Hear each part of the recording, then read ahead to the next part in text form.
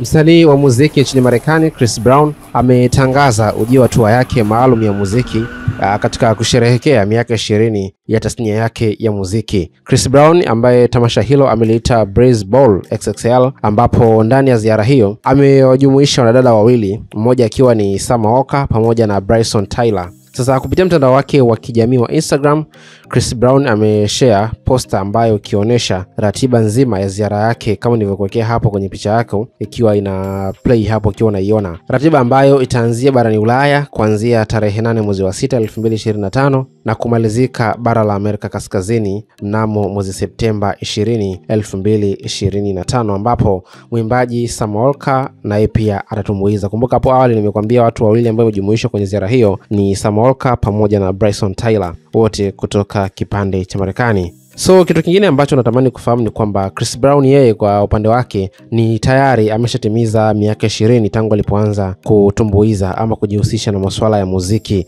na kwa mwaka 2025 ndio mwaka ambao anatimiza miaka 20 ya muziki. Kwa hesabu za kawaida hapo ni rasmi alianza sanaa ya muziki mwaka 2005. Na Chris Brown ni msanii ambaye tayari ameshafanya makubwa na ni msanii ambaye tayari anajulikana kwa kile kitu ambacho ama kwa talanta yake kwa chake cha muziki kwa upande wa Marekani, na ambaye tayari ameshajizolea mashabiki wengi katika bara la Afrika, hasa katika upande huu wa Tanzania. So kupitia ukurasa wake wa Instagram, caption aliyoandika ameandika Team Breezy, Team Breezy, Team Breezy, Breezy Ball 20 anniversary, akiwa na maana ya kwamba kuweka attention ya kuwaita mashabiki wake, huku akiwa anaandika maneno yafuatayo. Mimi nitakuwekea kwa lugha rahisi ya Kiswahili japokuwa yameandika kwa Kiingereza. Amesema kwamba Breeze Ball Tour ya kuadhimisha miaka 20 ya Chris Brown. Nina furaha sana kuweza kuwafahamisha hili mashabiki zangu na ulimwengu mzima. Siwezi kusubiri kuona nyuso zenu zenye furaha. Hawezi kusubiri kuona watu wakifurahia kuhusu ile performance yake ambayo watakuja kuifanya. Ni kitu ambacho na shauku kubwa kuweza kukiona punde tu tamasha lake litakapokuwa limeanza. So kitu kingine ambacho ameendelea kuandika hapo Chris Brown ameandika hivi: tarehe mpya za miji ambayo haipo kwenye orodha hii zitaongezwa hivi karibuni. So ni kitu ambacho Chris Brown ametanabaisha ya kwamba hiyo orodha ambayo imewekwa hapo si orodha ambayo ni tayari imekamilika. Ni kitu ambacho kitaongezeka, ni orodha nyingine ya wasanii na miji ambayo